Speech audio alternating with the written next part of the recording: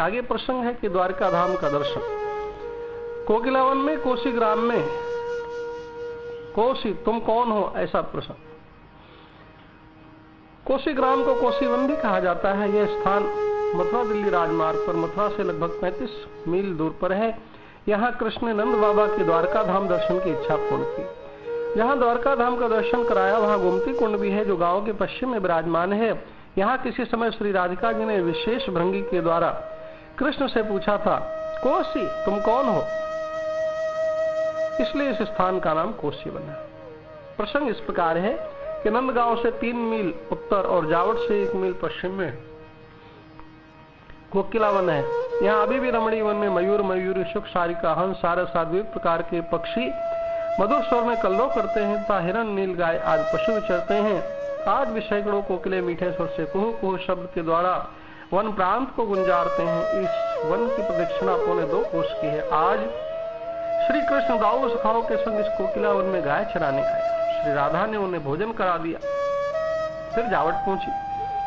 वहां से सूर्य पूजा की थाली लेकर सखियों के संग चली। सूर्य पूजा करके वन विहार करती हैं। कोकिलावन में जो आज कोसी नाम का गांव है, वहां उनके पिता का एक भवन है, वहां पहुंची। ये भवन कोकिलावन की सुंदरता देख अपनी पुत्री जब वन विहार को जाए तो वहां विश्राम कर सके, इसलिए वृषभानु ने बनवाया था।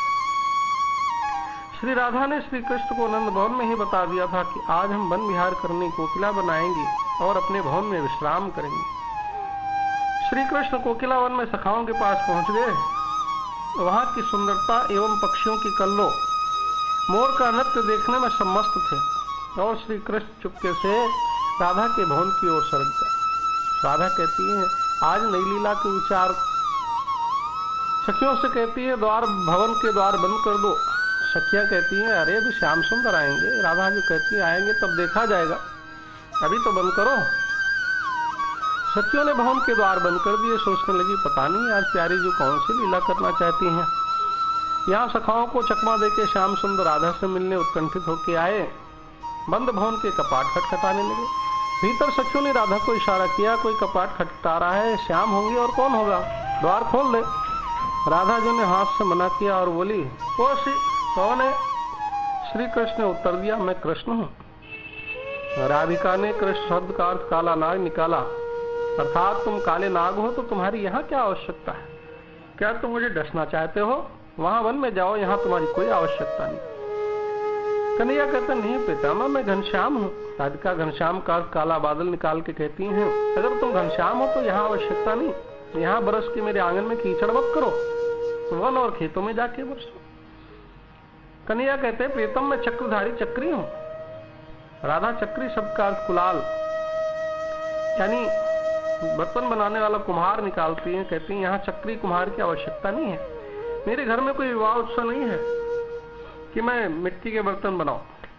सखियों को इस वार्तालाप को सुन के हंसी आ रही थी और आनंद भी मिल रहा था। कन्हैया कहते, प्रीतम मैं मधुसूदन हूँ।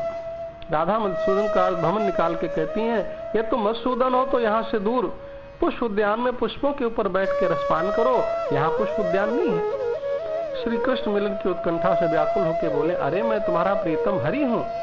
राधा हंस के हरि का अर्थ बंदर और सिंह निकाल के कहती है, यहाँ बंदर और सिंहों की आवश्यकता क्या? क्या तुम मुझे नोचना और डराना चाहते हो? तुम किसी गंभीर वन में जाओ, हम तो बंदर और सिंह से डरती हैं।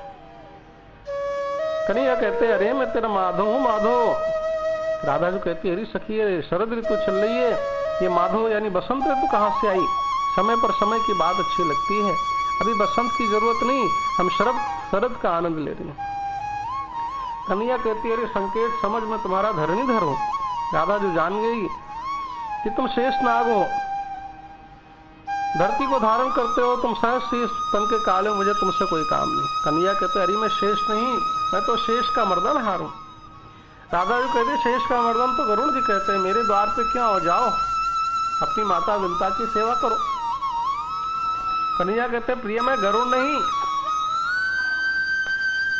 मेरा तो 3 लोक में उजियारा है।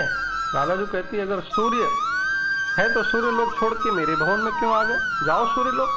कन्हैया थक गए, झुंझला गए, बोले, उठे मैं केवल तेरा प्रीतम राधा वल्लभ हूँ, राधा किंकर। राधा जी ये कहो ना, और हंसते हंसते द्वार खोल दिए, कन्हैया को गले लगाया। सखियां जय जयकार लगाती हैं, राधा वल्लभ की जय, प्रिया प्रीतम की जय। इस प्रकार श्रीमती राधिका प्रीतम हरि से नाना प्रकार के हास परिहास करती रहती हैं। मेरे सांवरे सलोने कन्हैया, तेरा जलवा कहाँ पर नहीं है। आँख वालों ने तुझको है देखा, कान वालों ने तुझको सुना है। तेरा जलवा उसी ने है देखा, जिसकी आँखों पे पर्दा नहीं है। मेरे सांवरे सलोने कन्हैया, तेरा जलवा कहाँ पर नहीं है। मन के मंदिर में तुझको बिठा के, तेरे नाम की माला जपेंगे। कोई रोक सके तो रोके, हम तो रुकने वालों में नहीं हैं। मेरे सांवरे सलोने कन्हैया, तेरा जलवा कहाँ पर नहीं है। बोलो योगेश्वर सरकार की जय।